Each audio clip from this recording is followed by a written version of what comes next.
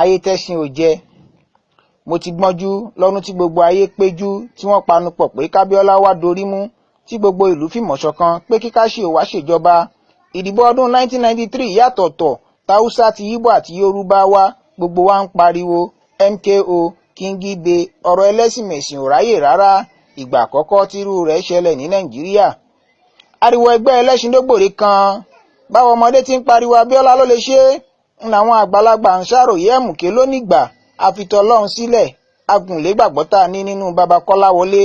Àwọn ọmọdé fẹnu ṣe é, àwọn àgbàlagbà fìgbògbé mọ́dúdì dókè. Ṣùgbọ́n kádàrá ò ṣẹnu re fún Abíọ́lá rárá. Ó kù dẹ̀dẹ̀ kí Káṣíò gorí àpèrè. Ṣàdédé ni Babangida bá dojú ọ̀rọ̀ rú, akéékéé, ayanyanyan, abínú, ajá, ẹni kúkú, ọ̀pọ̀ dúkìá ló ṣòfò dànù. Síbẹ̀síbẹ̀ ikú ló padà já Mọ́súdì nítàn mọ́. Àṣé ayé tẹ́sìn ò jẹ́, irú ẹṣin tí ẹ̀ ń bọ̀ wá jẹ́. Ìgbẹ̀yìngbẹ̀yìn adìẹ tó ti kú padà wá ń jẹ àgbàdo. Orúkọ Abíọ́lá padà wá ráyè láàrin àwọn ààrẹ. Gbogbo ìgbìyànjú Ọbásanjọ́ pàbó ló já sí.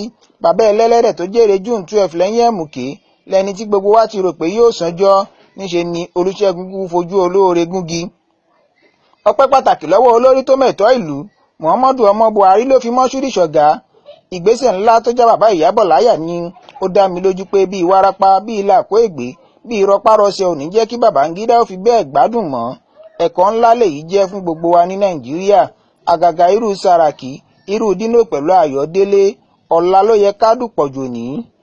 Kọjọ́ iwájú yín ó má bàa burú ju t'Ọbásanjọ́ lọ. Ẹ tètè jáwọ́ kúrò nínú mùnáfìkì. Ǹjẹ́ mo wí tó níná bí orin ọ̀rẹ́ mi kára níwáyé jẹ́ ìrí tuntun yìí bó bá di lọ́la.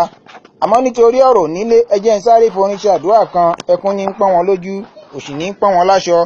Ẹ̀yin tẹ́ ṣàmì ọ̀rọ̀ yìí ń lẹ lórí àdúrà tí mo ṣe, gbogbo apáta a ò ní fojú sunkún, a ò ní fòṣì lògbà. Ẹ wá pẹ́ mọ̀ ń mọ́kọ́ ta ló wà nínú ọgbà náà báwo. Ṣùgbọ́n mi lọmọ tẹ́ ẹ ní mo dúdú, tí mo ní mo fi dúdú jọ yín, mo fi ó pàjọṣọ̀ láàdélékè ọjà ìbò tó kọ pélé, tí pélé ń dámọ̀ràn ìmọ̀ràn ìmì ní jọjọ bí ọ̀lẹ́lẹ́ awẹ́.